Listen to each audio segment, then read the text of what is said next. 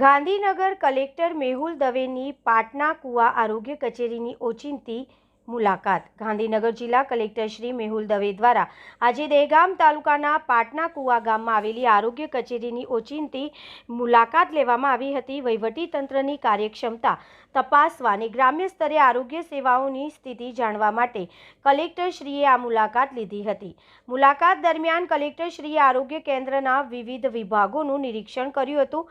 તેમને ત્યાં સારવાર લઈ રહેલા દર્દીઓની વ્યક્તિગત મુલાકાત લઈ તેમના ખબર અંતર પૂછ્યા હતા અને તેમને મળી રહેલી સારવાર તેમજ દવાઓ અંગે પૃચ્છા કરી હતી. કલેક્ટરશ્રીએ આરોગ્ય કેન્દ્રમાં દવાનો જથ્થો, સ્ટાફની હાજરી અને સ્વચ્છતા બાબતે જરૂરી સૂચનાઓ આપી હતી.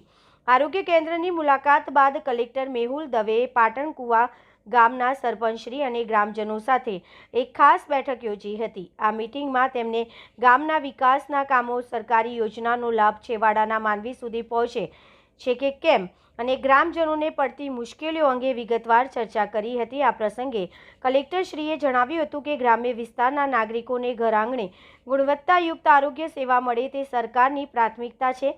પાટના કુવા ગામની મુલાકાતનો હેતુ વહીવટી પારદર્શિતા વધારવાનો અને લોકોની સમસ્યાઓને પ્રત્યક્ષ સાંભળવાનો છે. સરપંચ અને ગ્રામજનોએ કલેક્ટરશ્રીની આ સક્રિયતાને આવકારી હતી અને ગામના પ્રશ્નોની સીધી રજૂઆત કરવાની તક આપવા બદલ આભાર વ્યક્ત કર્યો હતો.